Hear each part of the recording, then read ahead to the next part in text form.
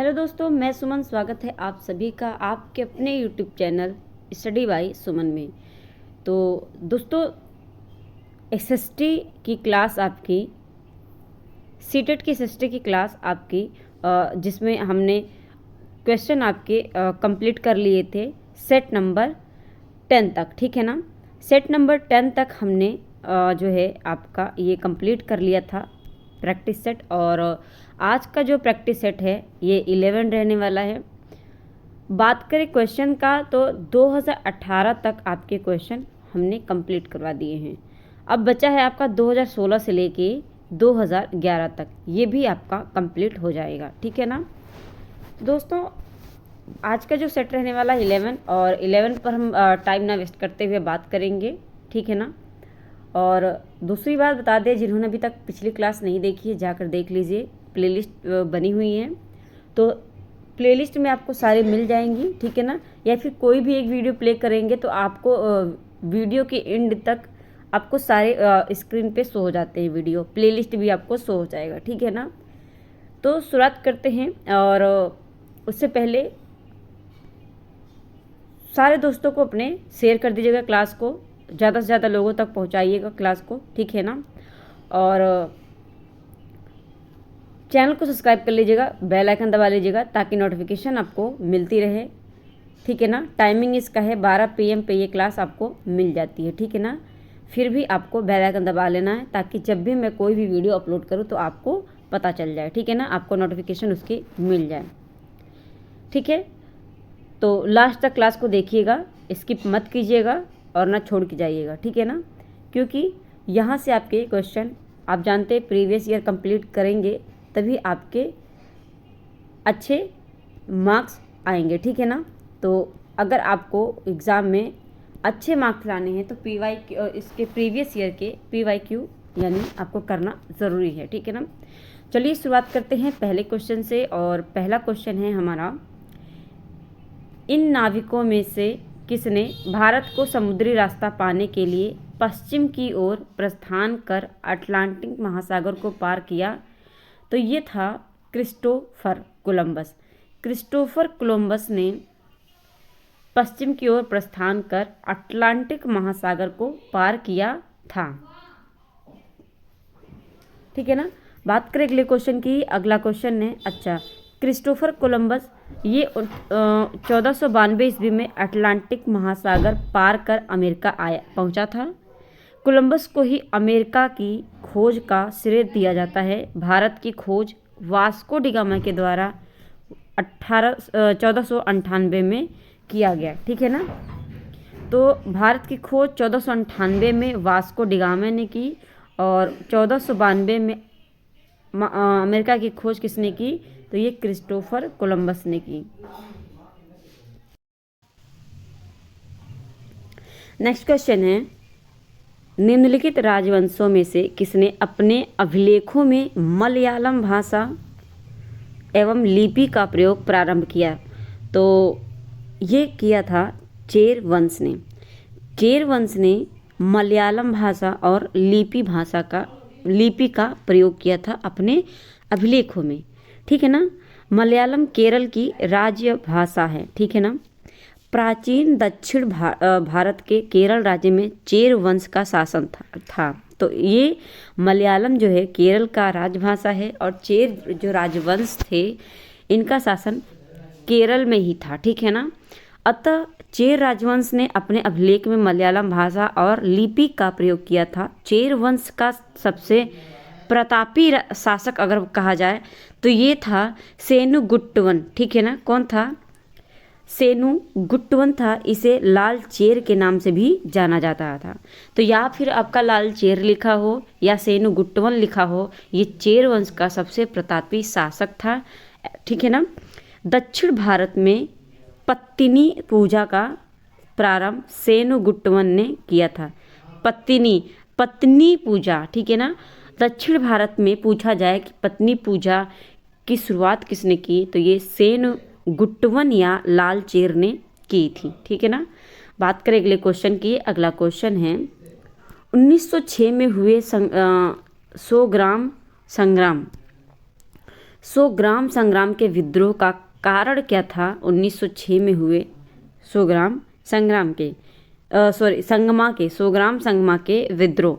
तो अंग्रेजों द्वारा निर्धारित व्यापार की असमान यानी भेदकारी शर्तों के विरुद्ध बंगाल में मुस्लिम व्यापारियों का उठ खड़ा होना, नील के बागान मालिकों के विरुद्ध चंपारण में किसानों ने विद्रोह किया, गुजरात में पाटीदार किसानों का अंग्रेजों द्वारा थोपे गए भारी लगान के खिलाफ विद्रोह, असम में आदिवासी समूहों द्वारा किया गया औपनिवेशिक वन कानूनों का विरोध था ये, ठीक है ना। जो 1906 में संगमा विद्रोह हुआ था 100 ग्राम का, ये असम के आदिवासी समूह द्वारा किया गया था और ये ब्रिटिश के वन कानूनों का विरोध किया था, ठीक है ना। बात करें अगले क्वेश्चन की। अगला क्वेश्चन है ब्रिटिश सरकार ने सन 1927 में भारत में अपनी अगुवाई में साइमन कमीशन भेजा, जिसका विरोध किया गया क्योंकि इस आयोग में कोई भारतीय प्रतिनिधि नहीं था। इसमें केवल अंग्रेज पढ़े लिखे भारतीय प्रतिनिधियों का शामिल होना, तो इसमें क्या था, कोई भी भारतीय शामिल नहीं था, इसलिए इसका विरोध किया गया था, ठीक है ना।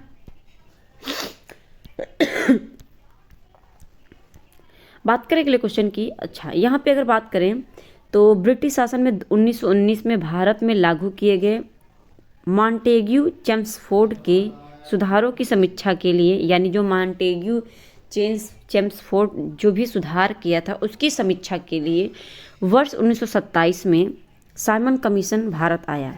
इस कमीशन में एक भी भारतीय प्रतिनिधि नहीं था, इसलिए इस कमीशन को व्हाइट मैन कमीशन कहा गया।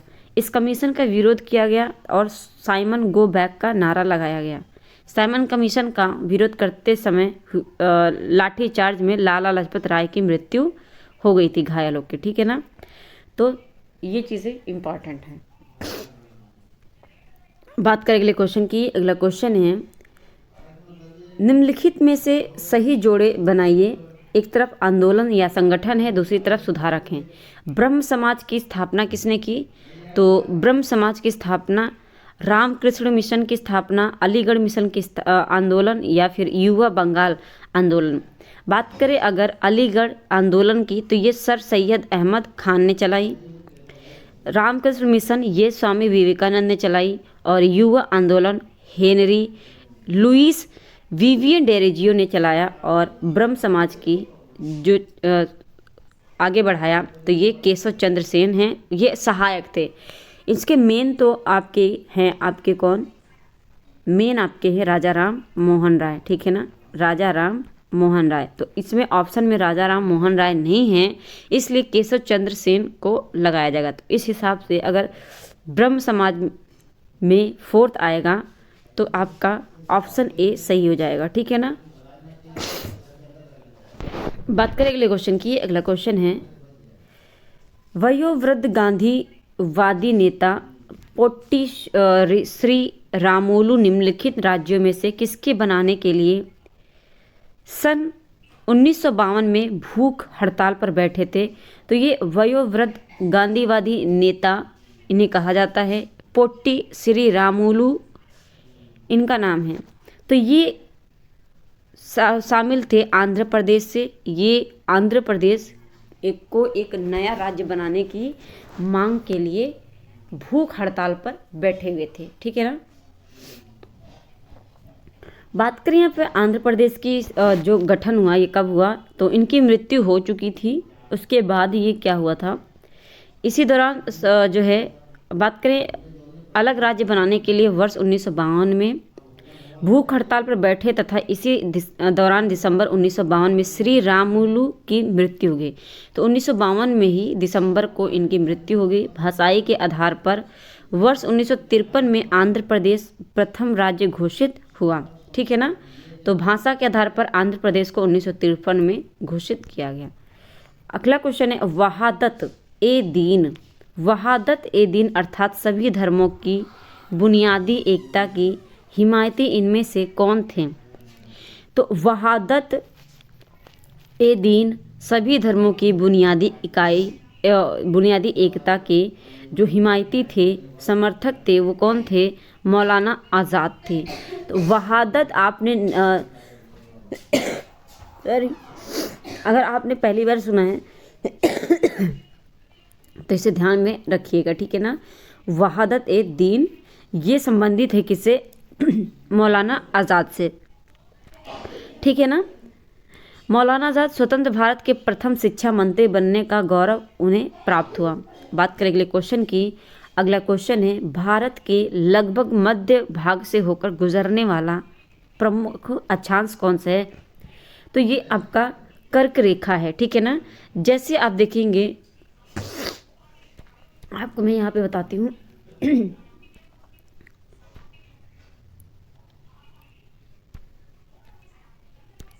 जैसे ये आपका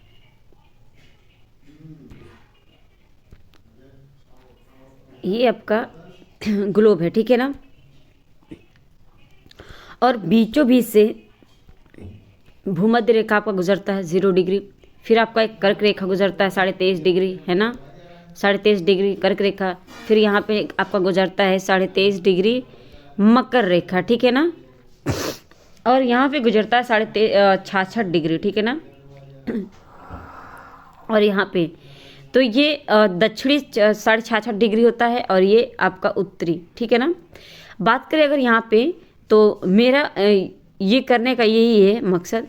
अगर आप बीचों बीच से ये देशांतर रेखा को काटते हैं, ठीक है ना, तो आप देखेंगे पूरब में कौन है? इधर साइड में आपका यहाँ पे भारत पड़ता है, ठीक है ना, जो कि भारत को बीचों बीच से कर्क रेखा काटता है। अब हम बात करेंगे कि कर्क रेखा आपका भारत में कहाँ से कहाँ तक आपको जो है काटता है, ठीक है ना। देखिए, ये मान लीजिए आपका भारत है, ठीक है ना, ये भारत है। और ये आपका मान लीजिए ये गुजरात है, ठीक है ना। और यहाँ से आपका कर्क रेखा गुजरता है, गुजरात से होते हुए ऐसे आपका कर्क रेखा गुजरता है, ठीक है ना। तो क्या करता है, ये भारत को बीचों बीच से काटता हुआ निकलता है, जिसमें आपका गुजरात आता है, फिर आपका मध्य प्रदेश आता है, ठीक है ना, आपका राजस्थान आता है, और आपका जो है छत्तीसगढ़ आ जाता है, आपका झारखंड आ जाता है, ठीक है ना। इसी तरह आपका पश्चिम बंगाल आ जाता है, और फिर आपका इधर त्रिपुरा आ जाता है। तो इस तरह आपके 8 राज्यों से होकर गुजरता है भारत के बीचों बीच से कर्क रेखा, ठीक है ना। तो यहाँ पे यही चीज़ पूछा है आपका कि लगभग मध्य से होकर गुजरने वाला प्रमुख अक्षांश कौन सा है? तो ये आपका कौन सा है? कर्क रेखा है। 8 राज्यों से गुजरता है। कौन कौन से? राजस्थान, गुजरात, ये सीक्वेंस से हैं, ठीक है ना। ये क्या है? सीक्वेंस से हैं। गुजरात, मध्य प्रदेश, छत्तीसगढ़, झारखंड, पश्चिम बंगाल, त्रिपुरा और मिजोरम, इन 8 राज्यों से होकर गुजरता है। अगला क्वेश्चन है, निम्नलिखित में से कौन सी पृथ्वी दिन की परिभाषा है? यानी पृथ्वी दिन की परिभाषा इनमें से कौन है? पृथ्वी की गति जो सूर्य के चारों ओर कक्ष में होती हैं, वे दिन जिन पर पूरी पृथ्वी पर दिन और रात बराबर होते हैं, देशांतरों के मध्य की दूरियां, या पृथ्वी का अपने अक्ष पर एक चक्कर पूरा करने में लगा समय। तो यही आपका आंसर सही हो जाएगा। यही आपका दिन और रात होने का कारण है, ठीक है ना। बात करें अगले क्वेश्चन की। अगला क्वेश्चन है, वनस्पति जोड़े हैं, और इसमें आपका एक तरफ वनस्पति के प्रकार है और एक तरफ पौधों की प्रजातियां। बात करें यहाँ पे, अगर कुछ नहीं आता है तो आप देख लीजिए यहाँ पे मैंग्रोव वन, और मैंग्रोव वन में आपकी सुंदरी वृक्ष पाए जाते हैं, ठीक है ना। कंटीली झाड़ियाँ, कंटीली झाड़ियों में आपका आ जाता है बबुल। तो अगर आप डी में पहला देखें तो आपका एक ही में मिलता है, ऑप्शन ए में। और बात करें यहाँ पे कंटीली झाड़ियाँ, देखा यहाँ पे बबुल है। और उष्णकटिबंधीय वर्षा वन की बात करें तो ये आपका है 3rd नंबर, महोगनी हो जाएगा। और उष्णकटिबंधीय पतझड़ वन, तो ये है आपका साल का वृक्ष। तो एक बार क्लियरली आपको मैं मिला के दे देती हूँ। उष्णकटिबंधीय वर्षा वन, ये महोगनी हो गया। उष्णकटिबंधीय पतझड़ वन, ये आपका साल का वृक्ष हो गया। कंटीली आपका बबुल हो गया और मैंग्रोव आपका सुंदरी हो गया। तो इस हिसाब से आपका ऑप्शन नंबर ए सही हो जाएगा। बात करें अगले क्वेश्चन की। अगला क्वेश्चन है मैत्री और दक्षिणी गंगोत्री। मैत्री और दक्षिणी गंगोत्री नामक भारत के शोध संस्थान निम्नलिखित महाद्वीपों में से कहाँ पर है? तो ये अंटार्कटिका में है, ठीक है ना। ये कहाँ पे है? अंटार्कटिका में है। और इसमें अगर बात करें,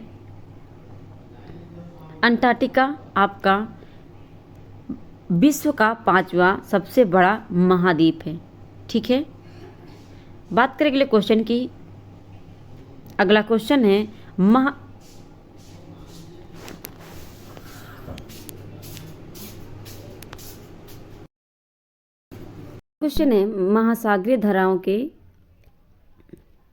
महासागरीय धाराओं के संबंध में नीचे दिए गए दोनों कथनों ए और बी पर विचार कीजिए तथा सही उत्तर का चयन कीजिए। पहला है उष्ण यानी गर्म महासागरीय धाराएं भूमध्य रेखा के निकट उत्पन्न होती हैं और ध्रुवों की ओर प्रवाहित होती हैं, ये बात आपकी सही है। दूसरा है शीत ठंडी महासागरीय धाराएं निम्न अक्षांशों से उच्च अक्षांशों को जल ले जाती हैं। तो यहाँ पे अगर बात करें आपका ए और बी ए आपका क्या हो जाएगा? सही हो जाएगा और बी आपका क्या हो जाएगा? गलत हो जाएगा, ठीक है ना। बात करें अगले क्वेश्चन की। अगला क्वेश्चन है ऋतु प्रवास से अभिप्राय है लोगों की अपनी जीविका के लिए ऋतु प्रवास गतिशील या फिर फसल कटाई की अवधि के दौरान श्रम शक्ति का नगर से गांव की ओर प्रवासन। ये आपका हो जाएगा नए चारागाहों की खोज में अपने पशुधन के साथ लोगों की ऋतुवत गतिशीलता, यानी जो ऋतु प्रवास करते हैं, जो इधर से उधर अपना क्या करते हैं, आजीविका की तलाश में ऋतु परिवर्तन के अनुसार इधर से उधर अपने पशुओं को लेकर घूमते रहते हैं, ठीक है ना। बात करें अगले क्वेश्चन की। अगला क्वेश्चन है सेलों के प्रकार हैं एक तरफ और एक तरफ उदाहरण है।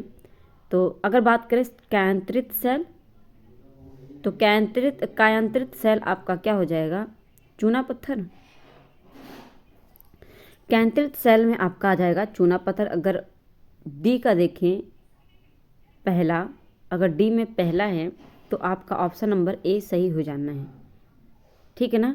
ऑप्शन नंबर ए सही हो जाना है। इस तरह अंतर्भेदी आग्नेय सेल आपका ग्रेनाइट हो जाएगा और बहिर्भेदी आग्नेय सेलें ये आपकी हो जाएंगी क्या?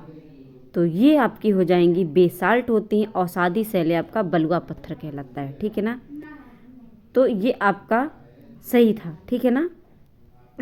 कायांतरित सेल इसलिए यहाँ पे किया गया है क्योंकि अगर कायांतरित सेल यहाँ पे संगमरमर होता तो ज़्यादा बेटर होता, ठीक है ना। संगमरमर,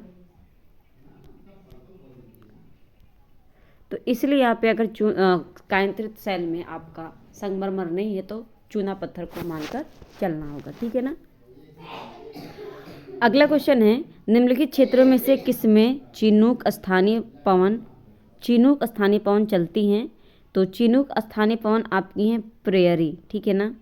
चिनूक स्थानीय पवन आपकी क्या है? प्रेयरी हैं। चिनूक रॉकी पर्वत के पूर्व ढलान क्षेत्र में से अमेरिका व कनाडा में चलने वाली पवनें हैं। अमेरिका के घास के मैदान को प्रेयरी कहा जाता है, अतः चिनूक स्थानीय पवन प्रेयरी क्षेत्र में बहती हैं। ये चिनूक को हिमभक्षी पवन भी कहते हैं क्योंकि इनके चलने से चारागाहों पर जमे हुए बर्फ पिघल जाते हैं तथा पशुओं के लिए चारा प्राप्त हो जाता है।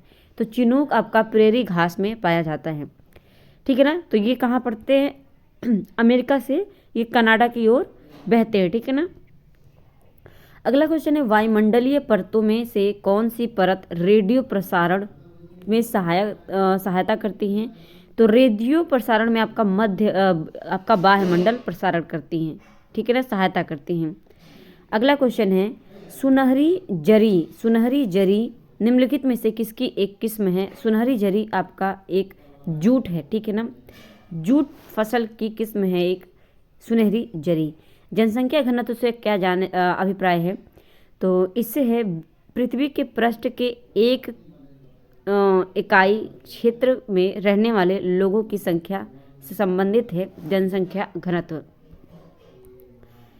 भारत का जनसंख्या घनत्व कितना है? 382 है, जबकि भारतीय राज्यों में सर्वाधिक जनसंख्या घनत्व कहाँ पर है? बिहार में है। ठीक है ना।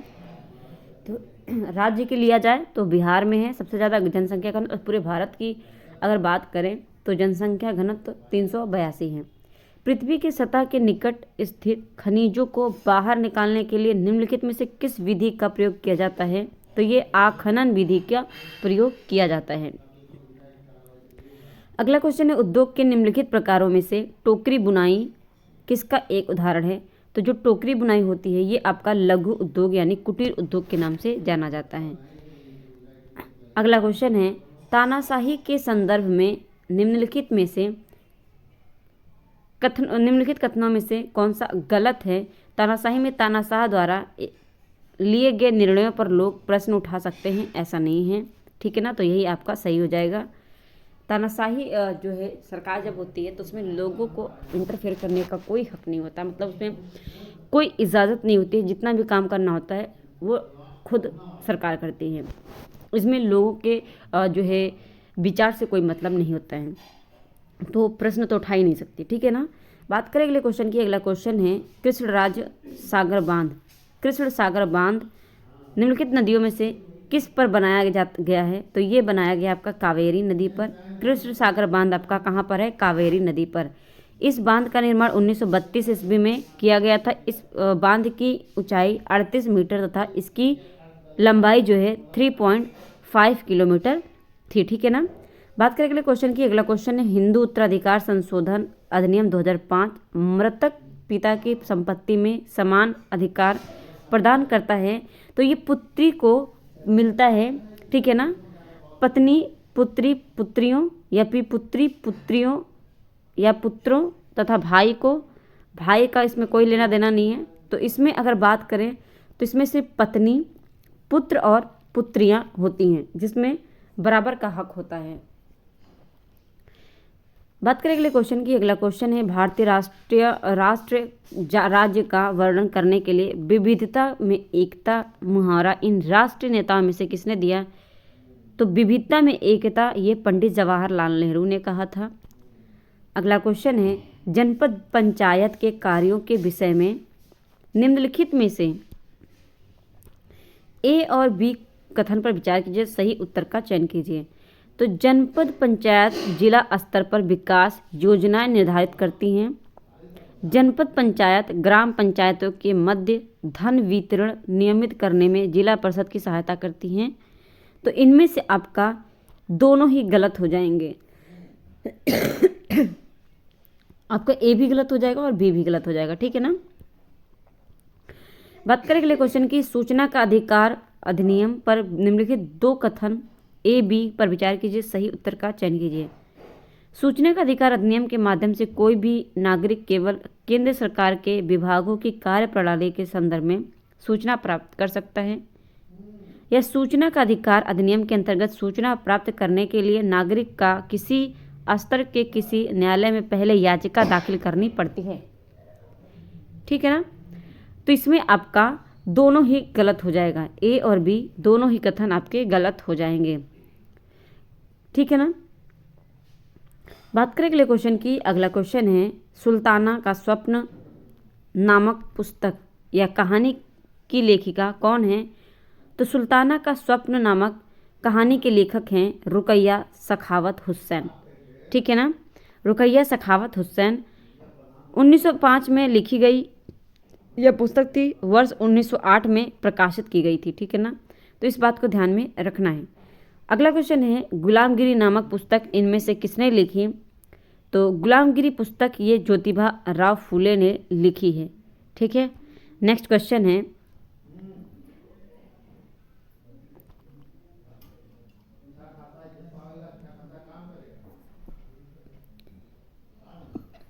और इसमें क्या है, सत्यशोधक समाज की स्थापना भी इन्होंने ही की थी। तो इस बात को आप ध्यान में रखेंगे। नेक्स्ट क्वेश्चन है, भारतीय न्यायिक व्यवस्था के संदर्भ में अपील की गई की व्यवस्था का अर्थ है। तो भारतीय न्यायिक व्यवस्था के संदर्भ में अपील की व्यवस्था का अर्थ क्या है, ये आपका जाएगा। किसी व्यक्ति को अगर ऐसा लगता है कि निचली अदालत द्वारा दिया गया फैसला सही नहीं है तो वह उससे ऊपर की अदालत में अपील कर सकता है, ठीक है ना। तो इस बात को ध्यान में रखेंगे। नेक्स्ट क्वेश्चन है, भारत के सरकार के कार्यपालिका अंग से अभिप्राय क्या है। तो सरकार के कार्यपालिका अंग से अभिप्राय है लोगों का समूह जो कानूनों को लागू करने और शासन चलाने के लिए उत्तरदायी है, ठीक है ना। तो सरकार के कार्यपालिका अंग से अभिप्राय है। इसमें सरकार के 3 अंग होते हैं, कौन कौन से, विधायिका, कार्यपालिका और न्यायपालिका, ठीक है ना। बात करें अगले क्वेश्चन की। अगला क्वेश्चन है आपका लास्ट है, अच्छा यहाँ पे आपका नहीं है, ठीक है ना। तो ये 30 क्वेश्चन आपके कंप्लीट हो चुके हैं। आई होप आपकी आज की क्लास आपको अच्छी लगी होगी। कमेंट करके ज़रूर बताइएगा, और जिन्होंने पिछली क्लास नहीं देखी है तो पिछली क्लास ज़रूर देख लीजिए, प्लेलिस्ट आपकी बनी हुई है।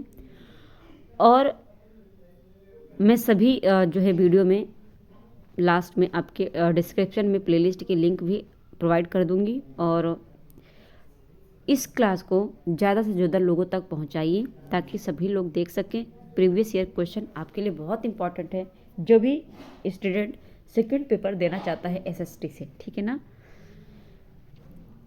तो अभी तक आपने अभी तक चैनल को सब्सक्राइब नहीं किया तो चैनल को सब्सक्राइब कर लीजिए, बेल आइकन दबा लीजिए ताकि नोटिफिकेशन आपको मिलती रहे जितनी भी मैं वीडियो डालूँ, ठीक है ना।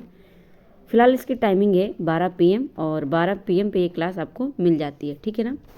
तो जाने से पहले चैनल को सब्सक्राइब ज़रूर करके जाइएगा, ठीक है ना। मिलते हैं अगली क्लास में। आज के लिए बस इतना ही, धन्यवाद।